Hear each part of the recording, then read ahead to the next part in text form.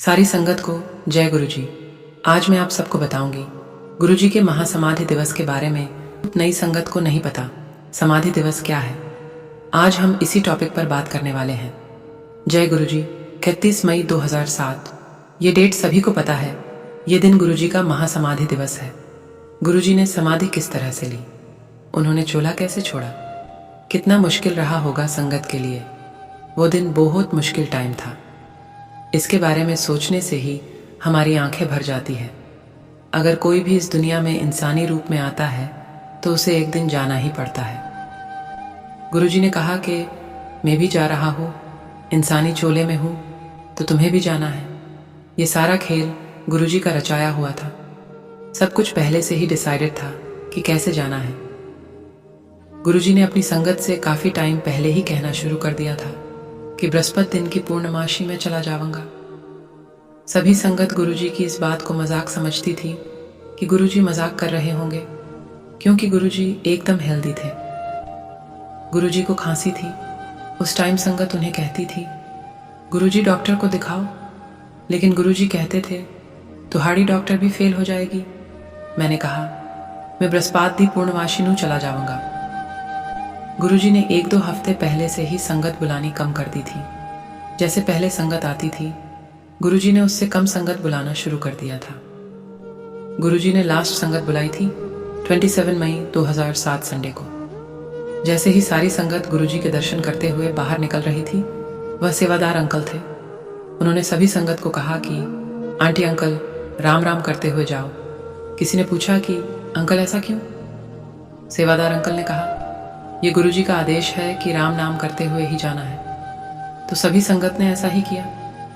उसके बाद Monday, Tuesday, Wednesday दरबार नहीं लगा।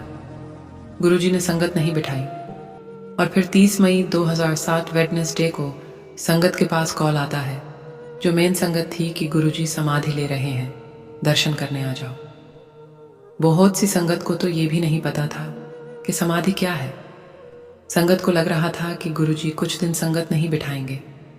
संगत को लग रहा था कि गुरुजी कुछ दिन ध्यान में चले जाएंगे, लेकिन गुरुजी को यह बात बहुत पहले से ही पता थी कि मुझे कब और कैसे जाना है। जब संगत समाधि के दिन पहुंची तो उन्होंने देखा कि सब संगत ने वाइट कपड़े पहने हैं, सब रो रहे थे और वहां सतनाम श्री वाहेगुरु भजन चल रहा था। फिर बेसमेंट से एक एम्बुलेंस आई। उसके अंदर एक बॉक्स था शीशे वाला, जिसमें गुरुजी लेटे हुए थे। उनकी आइज क्लोज थी और फेस पर स्माइल थी। सब हैरान थे कि गुरुजी को अचानक से क्या हो गया। वो तो बिल्कुल ठीक थे। सब गुरुजी की आखिरी फोटो भी ले रहे थे। वो टाइम बहुत मुश्किल था संगत के लिए। सब सोच में पड़ गए थे अब क्या होगा। एक दिन तक सब वहीं रुके रही, क्योंकि दुगरी गांव से गुरुजी के रिलेटिव्स भी आने वाले थे।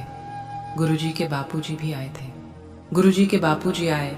उन्होंने गुरुजी के पैर छुए और बड़े मंदिर में शिवलिंग के सामने गुरुजी को अग्नि दी। जैसे ही गुरुजी को अग्नि दी गई, पूरे मंदिर में गुरुजी की महक आने लगी। संगत जी, ऐसा नहीं है। 31 मई बुरी तारीख है।